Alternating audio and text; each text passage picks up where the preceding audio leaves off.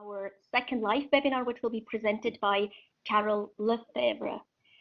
Well, we are about to start with our webinar, 10 things you may not know about the Cochrane Library, presented by Carol Lefebvre. Before I give the word over to Carol, I'd like to say a few words about our presenter, even though I'm sure that a lot of you know her already and know her work as well.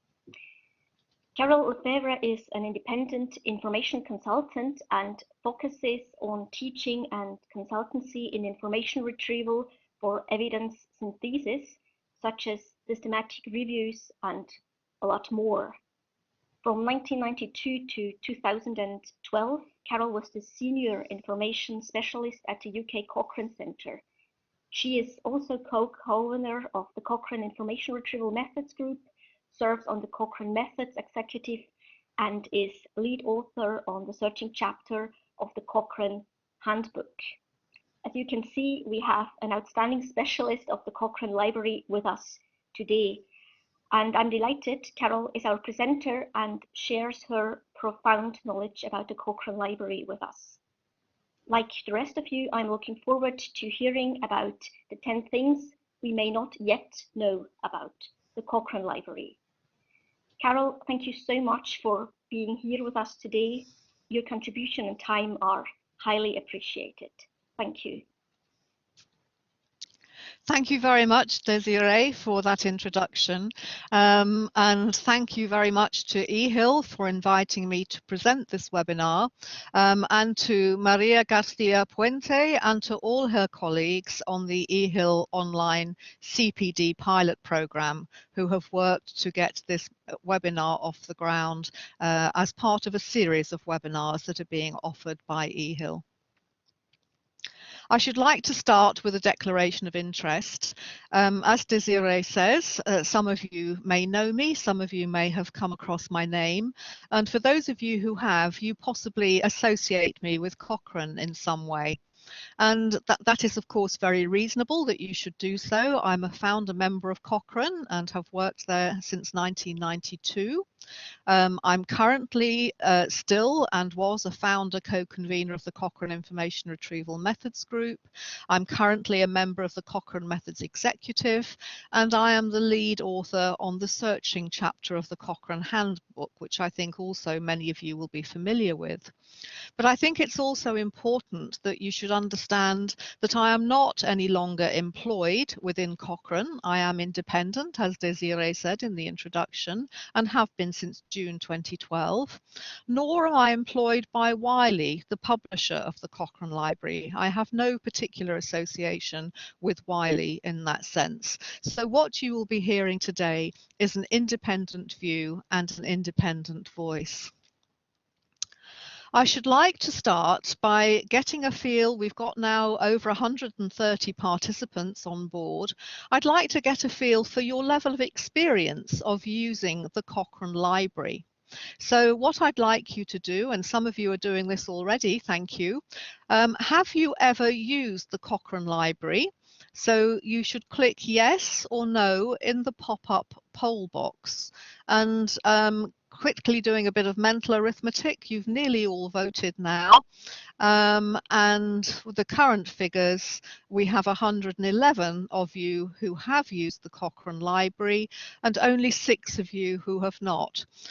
So that's very encouraging, but I would like to particularly welcome the 6 of you who have not used the Cochrane Library but have nonetheless decided to join today's seminar. And I hope that after today you will be encouraged to use the Cochrane Library and that you will understand that there is also much free content on the Cochrane Library, even if your organisation does not have a subscription. So thank you very much for that. It would now be interesting to gauge your experience a little more closely to find out how often you use the Cochrane Library.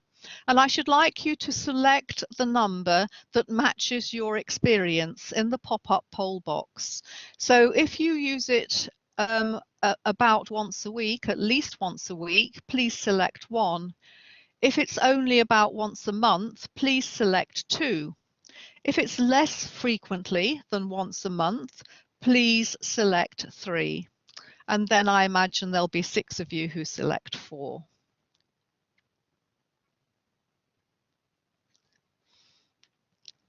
Okay, so the majority, or at least the highest polling figure is at least once a month. There are 51 of you who use it at least once a month. There are 36 of you who use it less frequently than once a month, and there are 29 of you who use it at least once a week.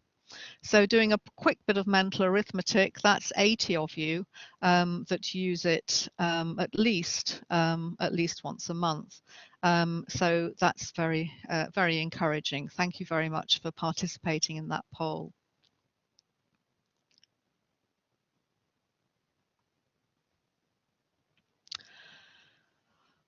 What I thought I would talk about today is 10 things that you may not know about the Cochrane Library. Nearly all of you use the Cochrane Library, and even those of you that don't will possibly have heard about it even before today's announcement of the webinar. But the first thing I wanted to point out is that the Cochrane Library does not consist only of systematic reviews of the effectiveness of interventions.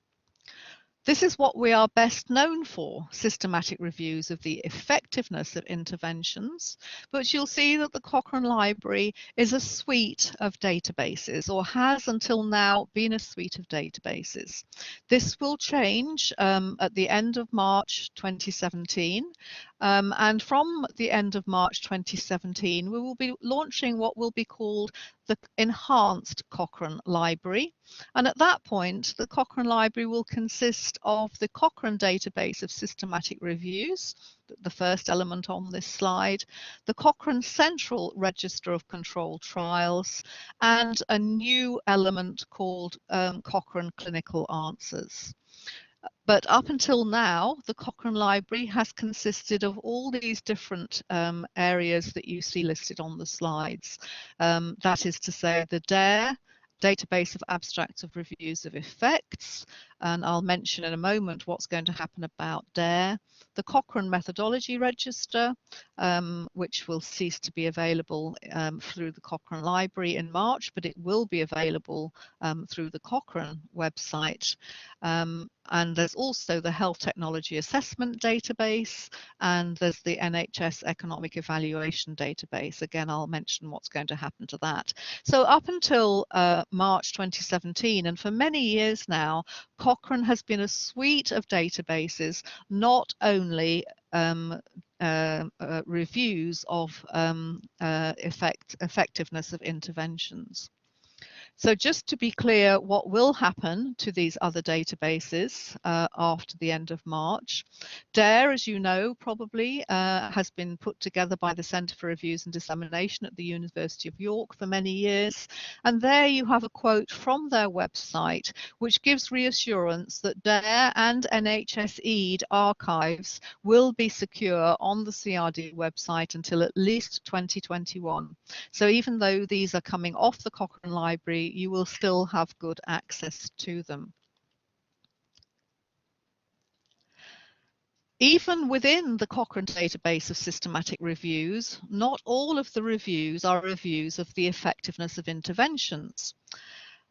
We have, for example, diagnostic test accuracy reviews, and I have two fairly recent examples here for you. We have overviews of reviews, and as the name suggests, this is where you take systematic reviews of effectiveness or of other aspects and you compile them into one single overview. So the first one, for example, conservative interventions for urinary incontinence in women. What we've done here is pulled together all of the systematic reviews of urinary incontinence in women and pull them together into a single overview of reviews. We have one exemplar review that's a prognosis review, and it is still under discussion in Cochrane as to how we develop in the field of prognosis reviews. We have a number of editorials. These tend to be drafted either by the editorial unit staff or by other senior members of Cochrane. These aren't the most recent examples, but I've chosen these examples because I think they show important areas of discussion within Cochrane. The first one, you'll know, many of you who know about Cochrane, that Cochrane reviews pride themselves on being kept up to date. Increasingly, we're realizing within Cochrane that not only is that a very difficult goal to achieve, it might also sometimes be futile. And we're beginning to address that within Cochrane and how to take that on in a sensible and pragmatic way. So this is an editorial by colleagues from the Airways group, the Cochrane Airways group, entitled "This Cochrane Review is Closed. Deciding what constitutes enough research and where next for pulmonary rehabilitation in COPD." So that, I think, is an interesting example of policy discussions within Cochrane. And the second one, I'll talk more in a moment about the importance of regulatory agency information, but this is an important editorial about the role that regulatory agencies hold in their data in improving Cochrane reviews. The second thing that you might not know about the Cochrane Library is that Cochrane reviews are not based only on trial results published in journals. Of course, the majority of Cochrane reviews draw the majority of their data from the results of published studies.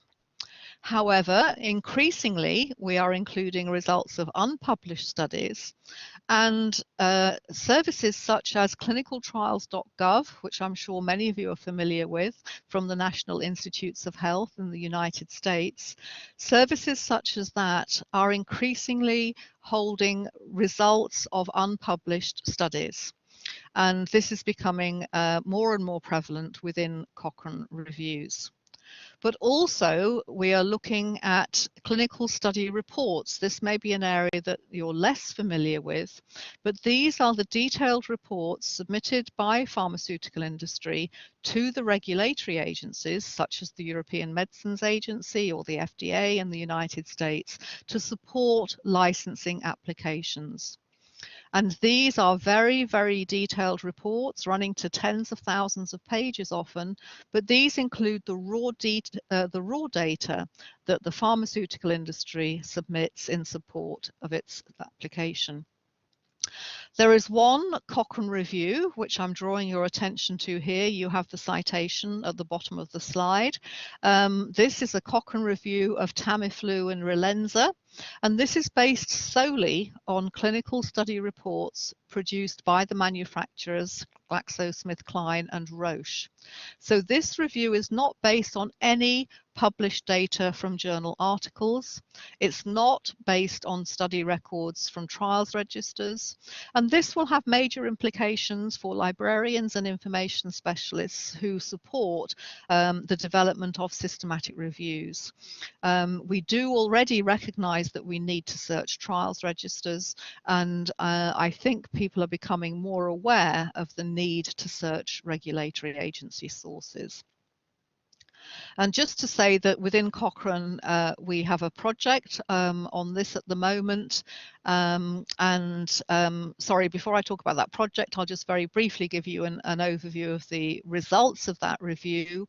It was the 2014 update that was based solely on the full internal reports. There were 20 Tamiflu and 26 Relenza trials with over 24,000 participants. And the results showed a duration of symptoms a shortening of the duration of symptoms by only approximately half a day. There was little evidence with regard to the reduction in hospital admission or the risk of developing confirmed pneumonia, and there was insufficient evidence regarding preventing person-to-person spread of influenza.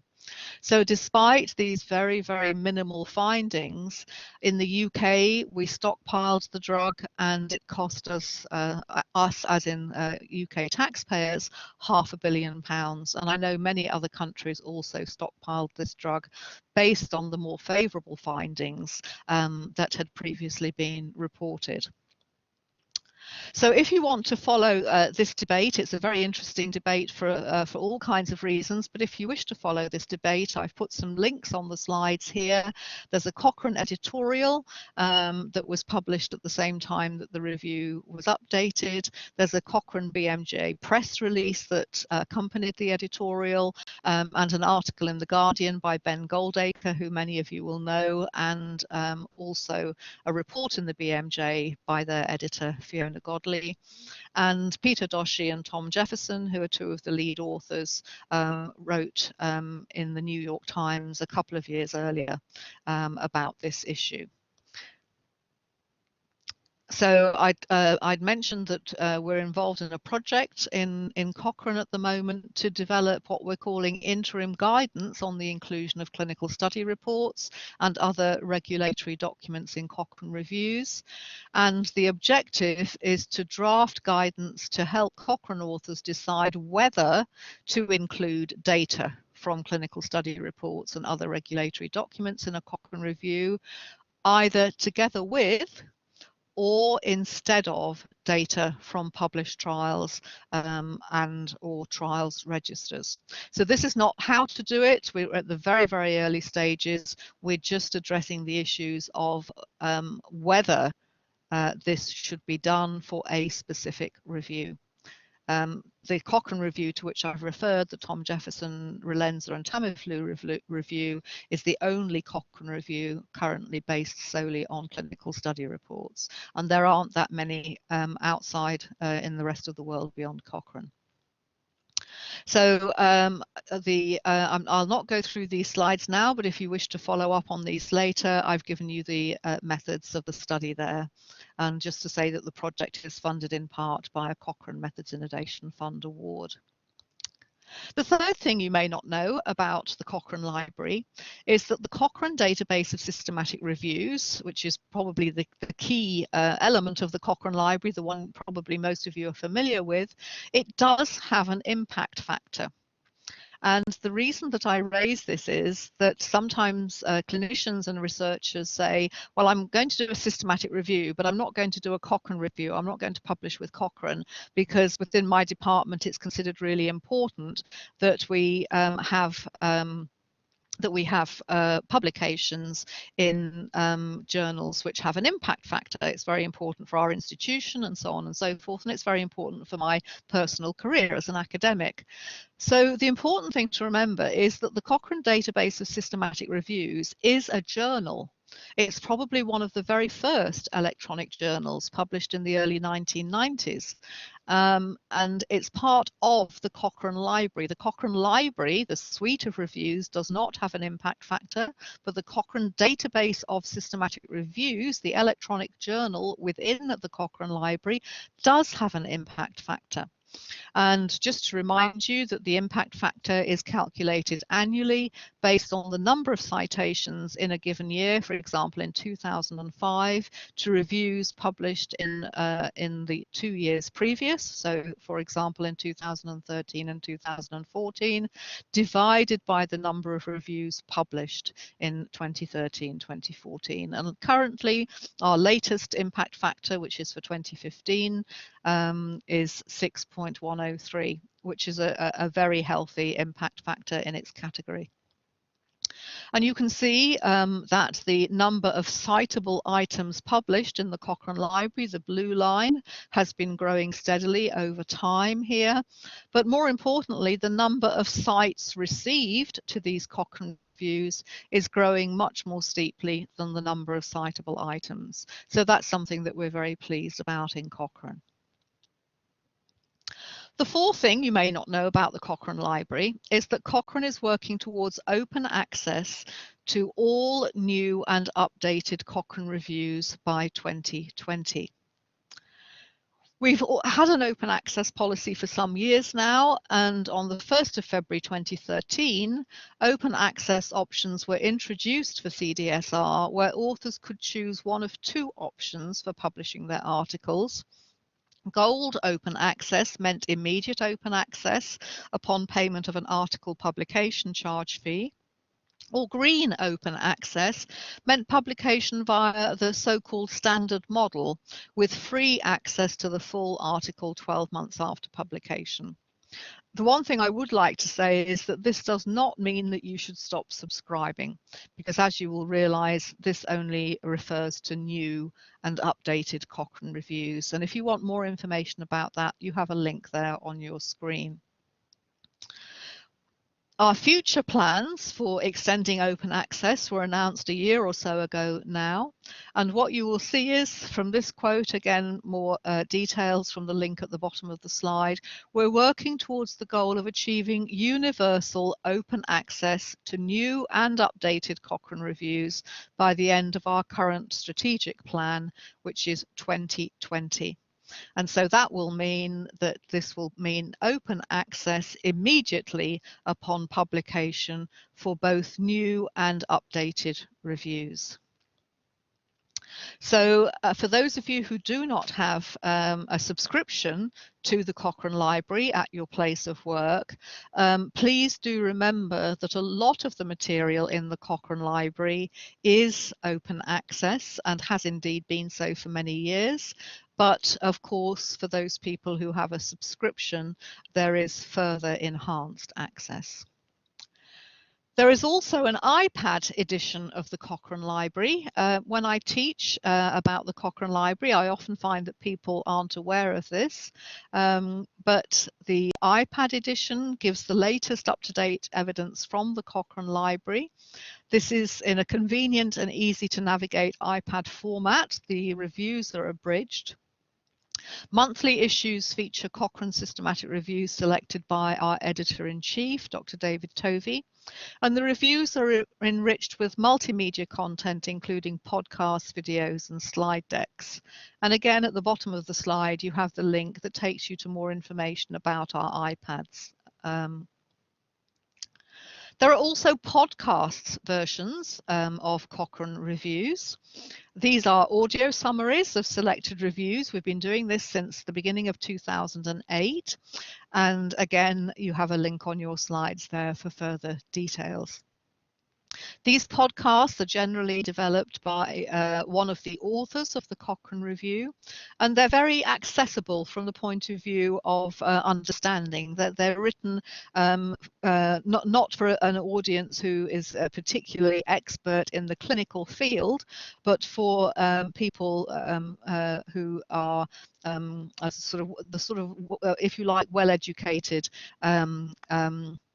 level of audience, so not somebody with an expertise in that clinical specialty.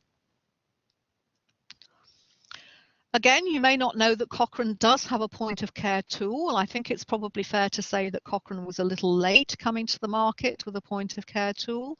By point of care tool, I mean similar to UpToDate or Dynamed, for example. And our point of care tool is called Cochrane Clinical Answers.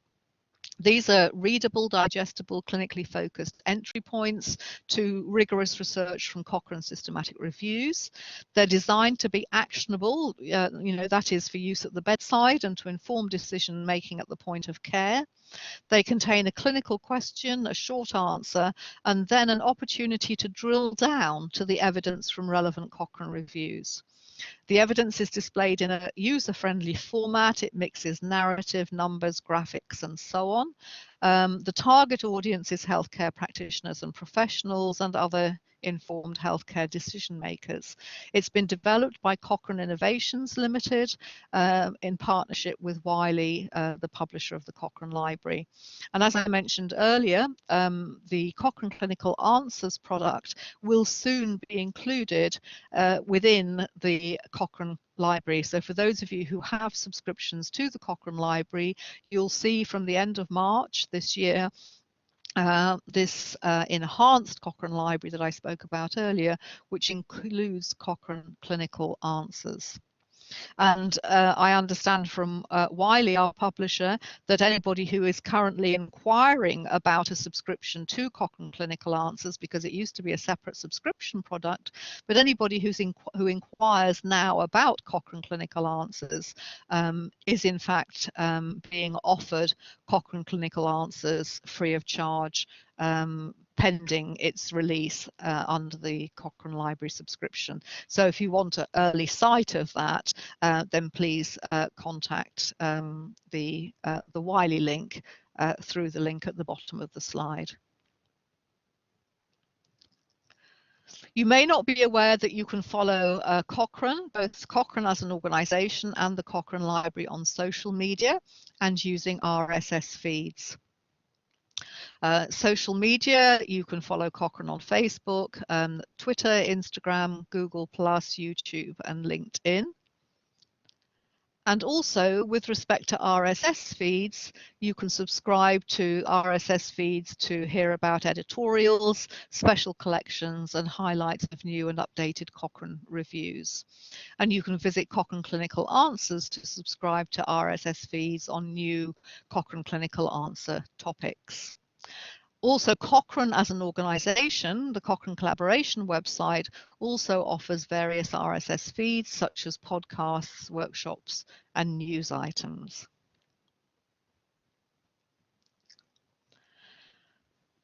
Another thing you may not know about the Cochrane Library and about Cochrane is that we produce journal club packages based on Cochrane reviews. Recently, I spent 3 weeks teaching across Australia, and one of the things that I found that they were very interested in was these journal clubs, which one can describe as journal club on a plate, for want of a better way of putting it. Basically, what we've done here is pulled together. We now have currently 62 issues. When I checked the other day to compile these slides, we have 62 sets of journal club material ready to go. And what they consist of is relevant background information and related resources based on a recent or updated Cochrane review. There'll be podcasts by the lead author explaining the key points, discussion questions to explore methods and findings, downloadable PowerPoint slides with the key figures and tables, plus what we call free-to-all PDF of the review. That means that irrespective of where you're based, you would have free access to the full PDF of the review, even if you did not have a subscription to the Cochrane Library. And the way we choose which reviews will feature as part of our journal club suite is we choose a review of special interest, such as a review that will change practice or employs a new statistical method. And as I say, we currently have 62.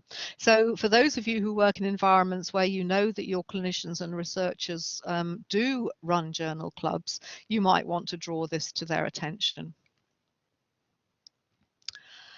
And the final thing that I wanted to mention, there are now rules or standards for the conduct and reporting of Cochrane reviews. Cochrane has been going for a very long time now. We started Cochrane, as I said, in 1992. And for those of you who remember Dave Sackett, who started the Centre for Evidence Medicine in Oxford in the UK in the early to mid-90s, he described Cochrane as being like an aeroplane that is still being built after it has taken off. And I think that was really a very fair description, one could say criticism, of Cochrane. We launched in October 1992, and really we were making it up as we went along, it has to be said. And because it was very much a volunteer effort and a bottom-up organisation, we couldn't be too prescriptive about how Cochrane reviews should be prepared, because people were doing these reviews free of charge in their own time, out of sheer enthusiasm and goodwill. However, we recognised over time that in order to maintain the standards and in order to ensure that the Cochrane reviews really are of the high quality that people thus far have thought they are, we really do need to have standards to which people must adhere. And so for many, many years now, we've had the Cochrane Handbook, which has been the Cochrane Bible. And I just want to remind you about the Cochrane Handbook first, before I move on to the new standards. The most relevant part of the Cochrane Handbook from your perspective as information specialists and librarians will be the Searching for Studies chapter. Interest declared, as I said already, that I'm the lead co-author on that section.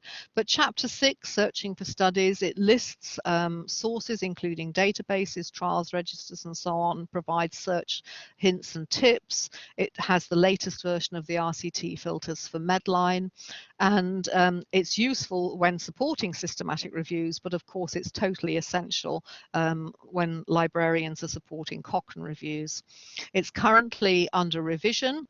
The major revision is underway. We already have a first draft of our chapter, and we're hoping for publication later this year.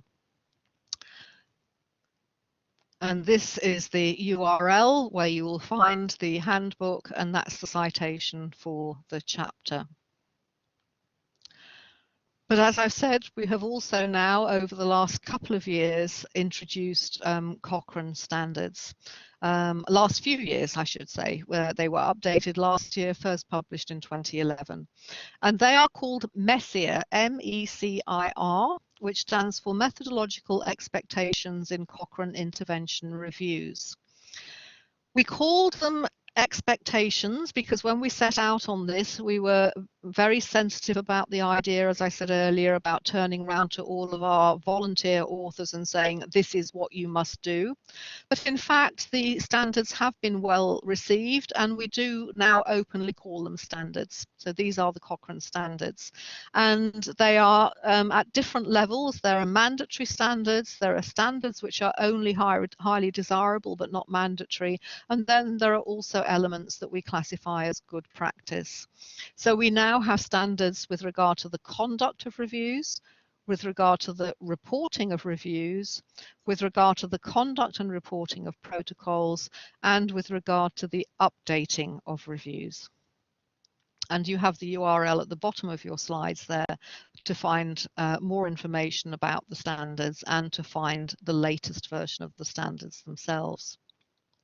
What I've included on the next slides are only the standards that relate to searching, and from within that section, only the standards that are mandatory.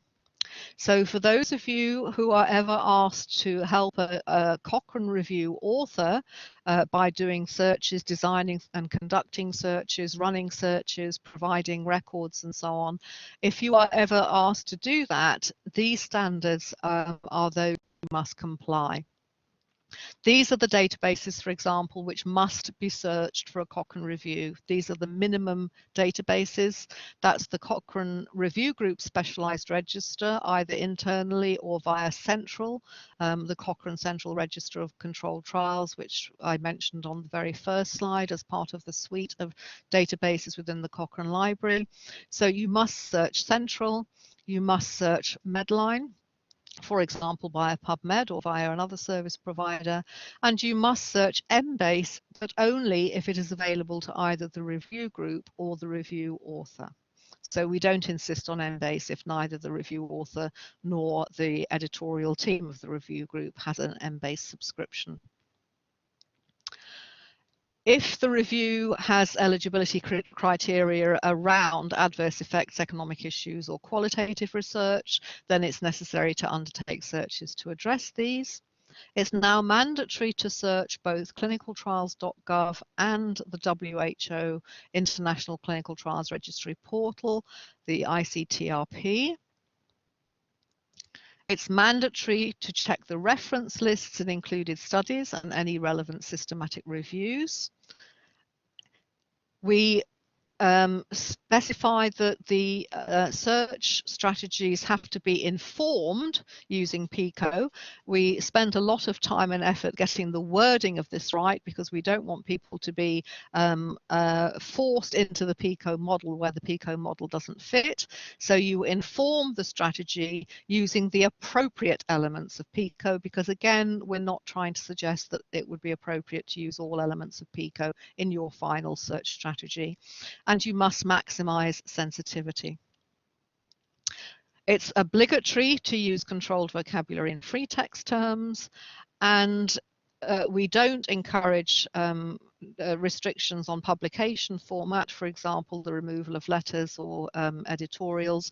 But if that is done, we insist that you justify your restriction. Documenting the search process, it's mandatory that the search process is documented in enough detail to ensure that it can be reported, and it's mandatory that the searches are run or rerun within 12 months before publication. Cochrane reviews typically take 2 years to produce. I think our average is currently 2 years, 3 months or thereabouts, and so therefore the searches have to be updated within the life of the very original publication. This is not updating an already published Cochrane review. This is running an update search just before the review is published. So those were the 10 things that I wanted to draw your attention to about the Cochrane Library, but I just wanted to close by saying that there is always help available from the Cochrane Library help files and help pages. From the Cochrane Library homepage, you can select help and then how to use the Cochrane Library. And there you'll find links to a search guide, information on the search function and the search page. You'll find a newly updated Cochrane Library reference guide, which was launched in October of this year. And you'll find virtual webinars and live online workshops. The online self-paced tutorials, there are 3 of those: an introduction to the Cochrane Library, browsing and searching the Cochrane Library, and using Mesh and the Search Manager. And also database help. There's some information about Central, the Cochrane Central Register of Controlled Trials, and the Cochrane Methodology Register to help people better understand what those 2 databases are. And again, here you have the URLs on your slides. So in summary, the 10 things you may not have known about the Cochrane Library, you do now, but what you may not have known is that the Cochrane Library does not consist solely of systematic reviews of the effectiveness of interventions. The Cochrane reviews are not based only on trial results published in journals. The Cochrane database of systematic reviews does have an impact factor. Cochrane is working towards open access to all new and updated Cochrane reviews by 2020. There is an iPad edition of the Cochrane Library. There are podcast versions for a number of Cochrane reviews. Cochrane does have a point of care tool called Cochrane Clinical Answers. You can follow the Cochrane Library on social media and using RSS feeds. Cochrane produces journal club packages based on Cochrane reviews, and there are now rules or standards for the conduct and reporting of Cochrane reviews in addition to the Cochrane handbook. And there is always help available from the Cochrane Library help files and help pages. So I'm now going to pass back to Desiree, who is going to moderate the questions and comments. And thank you all for your attention thus far. Well, thank you, Carol. Thank you so much for that very interesting presentation of yours. I have seen we have more than 10 questions. I think by now we have up to 15, up to 20. So I'm just going to start at the very top, reading them out to you, and hope that we have enough time to go through all the questions, if that's okay for you. Thank you. Well, so the first question by Lindsay Snell is, she would like to know, how are topics selected for overviews? For example, does it happen when there is a certain number of reviews published for a topic?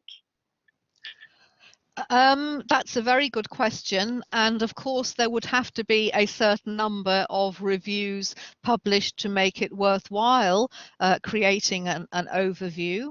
But my understanding is that the decision is taken predominantly within the specific clinical review group. If the specific clinical review group, of which there are about 50 worldwide, take for example the breast cancer group in Australia, if they felt that they had enough similar reviews, that is to say related reviews, within their suite of reviews within their review group, they would then decide to try to create an overview. Okay, thank you very much. The second question is from Geraldine de Champ. Can you retrieve the refs of these Cochrane editorials also via databases like Medline or Embase? Sorry, could you repeat the question, please, Desiree? And it's not coming up on my screen. Okay, it's can you retrieve the refs of these Cochrane editorials also via database like Medline or Embase? The refs, are you saying? Yes. Right. Is the question, are the Cochrane editorials indexed in Medline? Perhaps the person answering the question could respond to you by chat. Is the question, are the references to the editorials indexed in Medline? And perhaps while they're doing that, could you move to the next question, Desiree? Okay, right. So the next question is, do you use things like AllTrialsNet when looking at unpublished research? Yes, indeed we do, and that again is included in the training that we offer when we offer our training on clinical trials searching. Right, and it's just another question from Sarah Bruch. Also, if you're using unpublished research, is Cochrane looking at trying to ensure more research is published? I'm sorry, I don't understand the question. Well, shall I read it out again, or is it just how it is? I don't know. Do you understand the question that you're reading out? Does it make sense to you? Could you try reading it again? If you're using unpublished research, is Cochrane looking at trying to ensure more research is published? Right, sorry, that does make sense. Yes, absolutely. Cochrane is signed up to the All Trials campaign. I forget the exact logo of All Trials, but it's something like All Trials. All trials published, all trials reported, or something like that. And ever since the beginning of Cochrane, we've been fighting very heavily for the results of studies to be made public. Okay, thank you very much. Anne Madden would like to know, tying in with Andrew's session, will Cochrane be producing rapid reviews, etc.? We've been looking at rapid reviews for some years now, and we now have a rapid reviews methods group within Cochrane. Within Cochrane, there are probably about 15 or so different methods groups that look at different aspects. For example, the information retrieval methods group that I've already mentioned, but some of them look at different types of reviews, so or different types of evidence, like the qualitative one with which Andrew Booth is involved.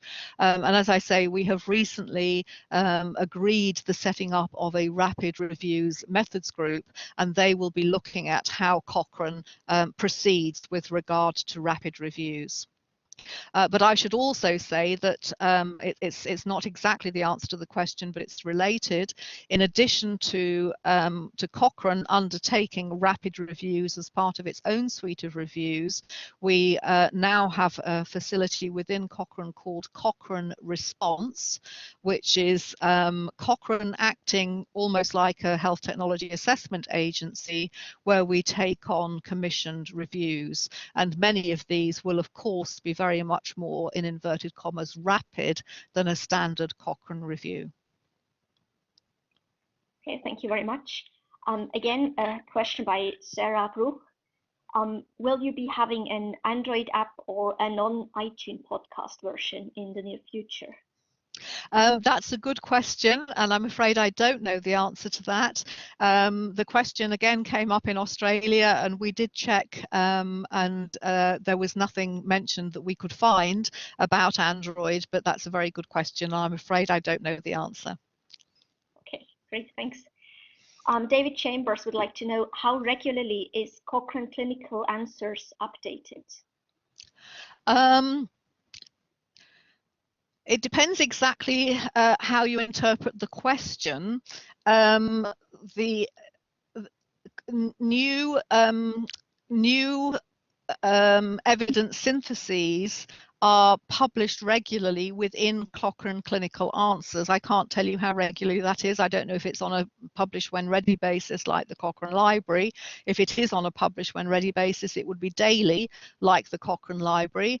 But of course, each particular evidence synthesis in and of itself is clearly not updated daily. So it depends exactly what the nature of the question was. Okay. Jacqueline Limpins would like to know, is a Cochrane overview the same as an umbrella review?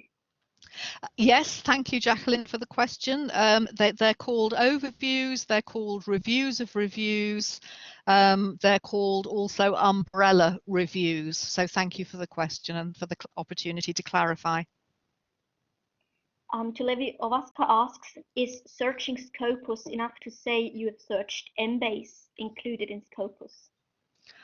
Let me just cast my mind back. My recollection is that within Scopus, you don't have the facility to explode Emtree terms, and there's also another feature of Emtree which escapes me just at the moment.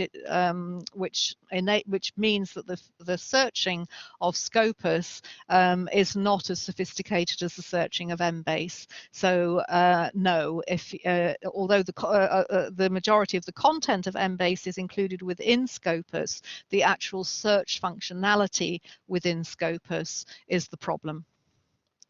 Okay. Lindsay Snow asks, out of curiosity, roughly how much content is there in Central which isn't in Medline or Embase? I can't remember off the top of my head. We have a figure within the Cochrane Handbook that will give you that number, Lindsay, in Chapter 6.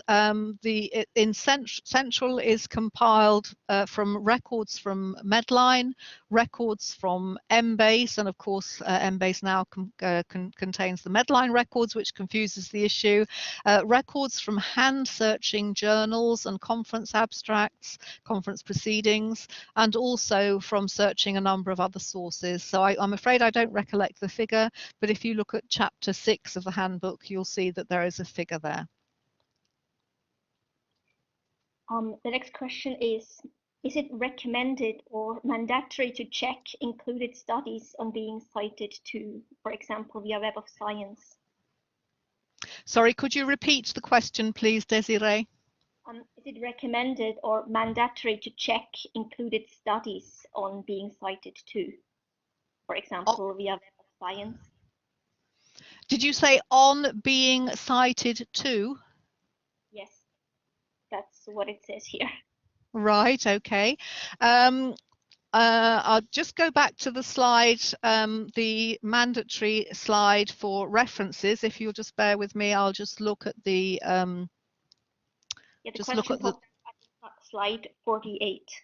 Thank you. That's very helpful of the questioner. I did mean to ask the participants to do that, and I forgot. So thank you to the questioner who slide 48. Yes. Sorry, which number? Well, it's just saying the question popped out at slide 48. So that is when we, 48, that's when we got the question. Okay, I'll go to slide 48, but I don't think that's the right question. I don't think that's the right slide. Let me try and find the slide without the number.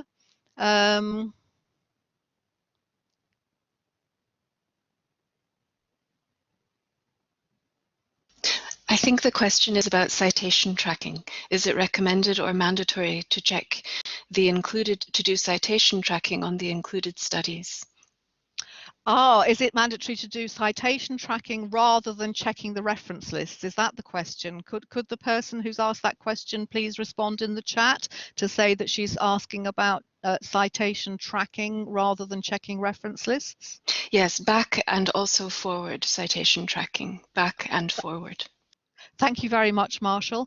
No, I'm just referring back to the standards within Cochrane where it is mandatory to check the reference lists in the included studies. So that is, if you like, level 1 reference checking, as it's often called, but it is not mandatory to do citation tracking into further generations, as Marshall has explained. But of course, these things are definitely recommended. There is a great deal of activity which is recommended and certainly good practice, but it is not absolutely mandatory. So please don't understand the fact that something isn't listed as a mandatory standard. Please don't understand that as meaning that we wouldn't be advocating it. And you'll see in the next draft of the Cochrane Handbook, which is in preparation, as I've already mentioned, we go into a lot more detail about citation searching. Sorry, we go into a lot more detail than we do in the current published version, I should specify. So thank you, that's a very important question. The next question is, talking about quality, will peer review of searches be applied to non-DTAR reviews in the near future? Sorry, will peer review be? Non-DTAR. That's diagnostic test accuracy reviews. Thank you. I think it's TAR, technology assessment reports, but it's the actual question, the sort of subjects and verbs and nouns and things. Could you repeat the question, Desiree, slowly? Talking about quality, will peer review of searches be applied to non-DTAR reviews in the near future? Will it be applied to? Is that what you're saying? Be applied to, yes. Will it be applied to? Again, we have no Cochrane standards with respect to peer review of search strategies. The Information Retrieval Methods Group did ask for some standards around peer review, but that was not accepted by Cochrane editorial unit as a whole. But again, within the Cochrane Handbook, we now have a new section on peer review, which strongly advocates the use of peer review for all search strategies relating to Cochrane. And again, interest declared as a co-author, but we recommend there that people use the recently published JCE paper, Journal of Clinical Epidemiology, that people use the recently updated PRESS checklist. And I think that this point is generic to all electronic search strategies, irrespective of what type of evidence synthesis, and indeed beyond evidence synthesis. The PRESS checklist can be used, and I would recommend should be used for peer review, that is by your peers, and self-review of all electronic searches to ensure high quality. Well, thank you very much. I think we're quite good in time. There are just a few questions left. Another one is the one-page summary of reviews. How is the progress on this? The one-page summary of reviews. There are a number of different summaries of Cochrane reviews. We have the abstract, and we also have the plain language summary, the PLS. And as far as I'm aware, all of the new Cochrane reviews are published with the plain language summary. And the second last question is, any plans to do more non-clinical reviews, for example, skills, CPD interventions for health staff? Yes, I think Cochrane has a long history of reviews of, within the non-clinical field in that sense. We have the EPOC group, which was one of the very earliest groups in Cochrane, founded in Scotland and then transferred over to Canada with Jeremy Grimshaw, and now back in the UK in Oxford. And they for many years have looked at professional organizational change. So I think that if you look up EPOC, EPOC, Effective Professional and Organisational Change, as a review group within Cochrane, you'll find many of the Cochrane reviews that that you're interested in. Thank you very much. The last question is quite a tricky one. It's several sentences, so I have got to somehow summarize it, because, or shall I just read the whole thing out to you? Because it's quite complicated, I think. Okay. Okay, well, I just read the whole thing out. Enough detail only to be reported. The searches must be reported, yes, but is there a requirement to report them in a way that someone else could just repeat them, just to copy the queries? Sometimes we see reviews where search terms are mentioned, but combinations of them might not be. Right, thank you. I think I do understand the question. Yes, the requirement is that the searches are reported such that they can be re-executed, and you'll find within the standards much more. I only gave the headlines for each of these standards, but you'll see that within the text of the standard, it specifies that, and this way predates the standards, this has always been Cochrane policy since time immemorial, that the full electronic search strategy for each database, for each review, must be copied and pasted and included in full within the review. So there's no issue around how the terms are combined. The actual sort of image, if you like, almost copy and pasted, so not retyped. Retyping is a hanging offence in Cochrane. It must be copied and pasted as executed, and for each database these must be included in the review. These are now included in the appendix section of the review, so if you go to the appendix section of any Cochrane review, you will find the full search strategies as executed, line by line, with the overall number of records at the end of each strategy.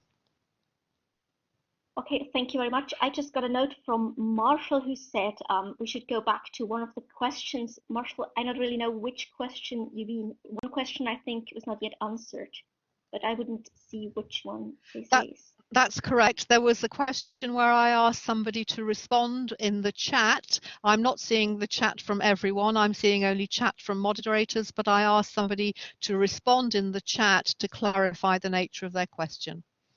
Right, and I don't have, anything on the list to, repose or re-ask the question. So I think the question, the person did not respond, because I just have a list of questions in front of me.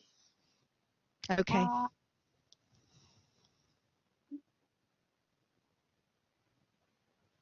The question, if I may barge in, was asked by Herdine, and Herdine did reply. The question was about whether the Cochrane editorials are indexed in Medline or Embase. Thank you very much. My understanding is that the Cochrane editorials are indexed in Medline. And thank you, Herdine, for clarifying your point. If I may, we missed one question as well from Jacqueline Limpens. Will it become easier for researchers to exclude conferences and other grey literature if patrons do not wish to include these?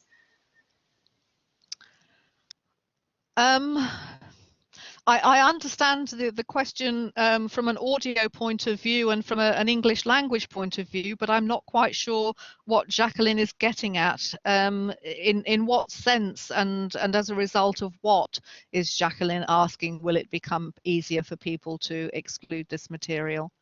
Could you quickly type something in, Jacqueline? Would you mind?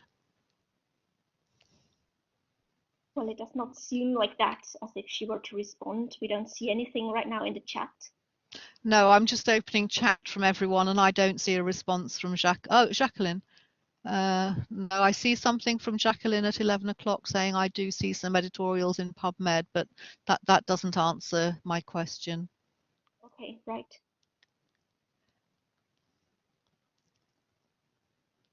So if she's not going to, answer, shall we just leave it with that question then? Or do we give her some time to respond? Jacqueline has responded saying, sorry, it is not easy to explain this by chat. Okay, I think that probably sums it up, Jacqueline, which is why I didn't understand quite how I was to approach the question. So thank you for agreeing with me, and possibly we should leave that for a chat over coffee next time we meet.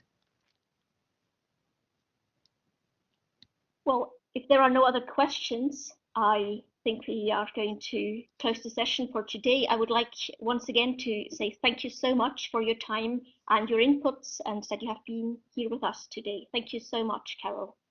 Well, thank you, Desiree, and I'd like to close by thanking you and all of your colleagues on this pilot programme for having the initiative to work together on this, and thank you to EAHIL for funding this pilot programme, and I very much hope that it will be successful and it will be something that EAHIL members can benefit from as we go on.